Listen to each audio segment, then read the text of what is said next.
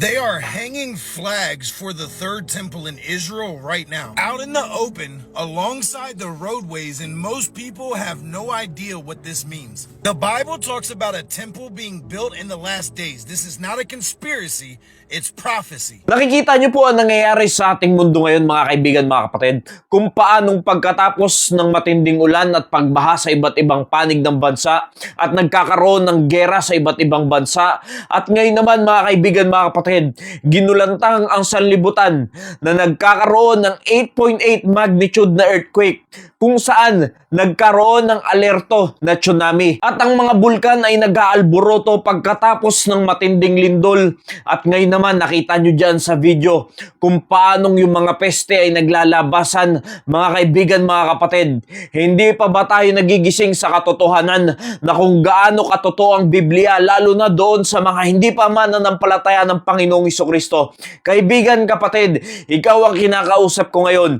Lahat ng yan ay makikita mo pag binasa mo ang Biblia. Pag nakita mo sa Matthew chapter 24, ay makikita mo ang lahat ng pangyayaring yan. At hindi lang yan, sa kasalukuyan ay inihahanda na po na itayo ang third temple. At kung nalalaman nyo lamang po ang propesiya patungkol dyan, mga kaibigan, mga kapatid, maaalerto ka na malapit na talaga magbalik ang ating Panginoong Jesucristo. Kahit kung ngayon hindi ka pa sumasampalataya sa ating Panginoong Jesucristo, huwag mo nang antayin na ikaw ay maiwan dito bago magbalik ang ating Panginoong Jesucristo dito sa lupa, na ikaw ay maiwan sa rapture at maranasan mo ang 7 years tribulation.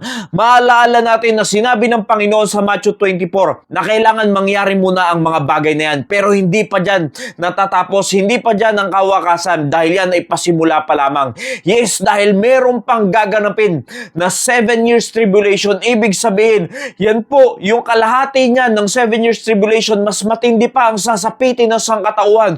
Kung ano yung nararanasan ngayon, na kung ano-ano na yung nangyayari sa ating mundo. Sabi ng Biblia, yung hindi pa nararanasan ng tao na pinakamatinding mangyayari dito sa ating mundo, ay doon ibubuhos ng Diyos ang kanyang galit. Kaya tinawag yan na 7 years tribulation. Diyan mararanasan ng sangkatauhan ang galit ng Diyos. Ibig sabihin, hindi mo gugustuhin ang mga mangyayari sa mga panahon na yan kung ngayon pa lamang ay nawiwindang na tayo sa mga pangyayari sa ating mundo. Lalo pa pag dumating na yung araw na yan. Pero alam nyo yung nakakalungkot, sa kabila ng mga pangyayaring ganyan sa ating mundo ngayon, marami pa rin tao ay walang pakialam sa mga ganyang pangyayari.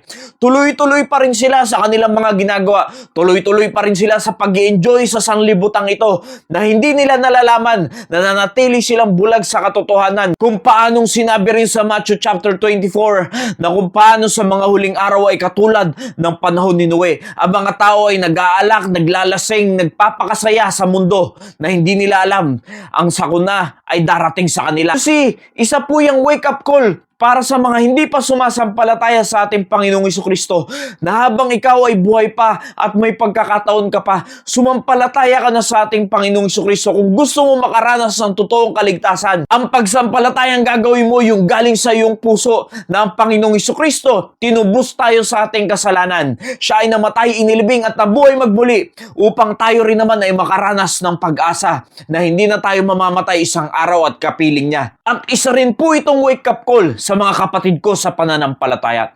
Kaibigan, ngayon na ang panahon. Nakikita mo na yung mga bagay na yan. Pero ikaw ba ay nananatili pa rin sa sanlibutan hanggang ngayon? Mas nag-i-enjoy ka pa rin ba sa mga bagay ng mundo kaysa sa mga bagay ng Diyos? Hanggang ngayon ba ay hindi mo pa rin pinapahalagan ang gawain ng Panginoon? Hindi mo pa rin pinapahalagan na magbahagi ka ng salita ng Diyos, lalong-lalo na patungkol sa kaligtasan sa kaibigan mo, sa mahal mo sa buhay, sa kamag-anak mo, sa katrabaho mo, sa lahat ng malapit sa iyong buhay? Nasubukan mo na ba ibahagi ang kaligtasan na natamo mo rin naman? Hanggang ngayon ba ay paupo-upo ka na lang sa bahay sambahan at tila ba ang gusto mo na lang gawin sa iyong buhay ay makinig na lang ng salita ng Diyos, at para bang walang inuutos ang Panginoon sa atin na magbahagi ng salita ng Diyos? Kaibigan, wake up call na ito ngayon. Nakikita mo na ang mga pangyayaring yan sa ating mundo. Hanggang ngayon ba mas pipiliin mo pa rin yung ganyang side ng iyong buhay kesa lumagi ka na sa salita ng Diyos, magtrabaho ka na sa ubasan ng Panginoon, gawin mo na ang nararapat mong gawin dahil hindi natin alam kung gaano nakalapit magbalik ang ating Panginoong Jesucristo. Gusto mo ba na matagpuan ka ng ating Panginoong Jesucristo na walang ginagawa? Iniligtas ka ng Panginoon para lang umupo, para lang masabing save ka na, para lang masabing ligtas ka na sa dagat-dagatang apoy. Hindi po natatapos ang lahat ng dyan, mga kaibigan, mga kapatid. Dahil meron tayong atas na dapat gawin sa atin. Yan ay magbahagi ng salita ng Diyos kung paanong nakikita mo na yung mga pangyayaring yan sa ating mundo. Nawa magkaroon ka ng burden sa iyong puso sa mga kaluluwa na hindi pa nakakaranas ng kaligtasan. Huwag mo sabihing ligtas ka na at play safe ka na sa mga bagay na yan. Tignan mo rin naman ang kalalagayan ng ibang tao kung ano ang kanilang sasapitin pag hindi nila nakilala ang ating Panginoong Jesucristo. Gising na po sa katotohanan, mga kaibigan, mga kapatid. Gising na sa katotohanan, mga kababayan ko. Hindi po ito patungkol sa kung anumang reliyon. Ito po ay patungkol sa ating Panginoong Jesucristo dahil siya lang ay may kakayanan na magligtas ng ating mga kaluluwa dahil sinasabi ko kahit ano pa yung kinakaaniban mo, ano man yung sinisimbahan mo, kung ikaw ay walang tunay na relasyon sa ating Diyos, hindi ka pa naipapanganak spiritually, sinasabi ng Biblia, except a man be born again, he cannot see the kingdom of God. Ang born again ay hindi reliyon, mga kaibigan, mga kapatid. Yan ay kailangan mangyari sa iyo. Kailangan kang ipanganak spiritually para ikaw rin naman ay maging anak ng Diyos according to John 1:12. But as many as receive Him, to them gave He power to become the sons of God, even to them that believe on His name. Kaibigan, hindi ito patungkol sa kung ano paman, kundi ito ay patungkol sa ating Panginoong Jesucristo na kailangan mo magkaroon ng relasyon sa Kanya kung gusto mong maiwas sa mas matindi pang mangyayari sa mundong ito. At hindi lang yan, mas lalo't higit doon sa impyerno na nag-aabang sa mga taong hindi sasampalataya sa ating Panginoong Jesucristo. Ano pang inaantay mo? Wala nang oras. Ngayon ang oras kung kailan tatanggapin mo ang Panginoong Jesucristo, mararanasan mo ang kaligtasan. Hanggat may lakas ka pa, hanggat kaya mo pa. Dahil pag natapos ka sa mundong ito at hindi mo sinampalatayan ng Panginoong Jesucristo, mapapahamak ang iyong kaluluwa. Nawa kaibigan, naging pagpapala ang mensaheng ito. Maraming salamat po and God bless you all.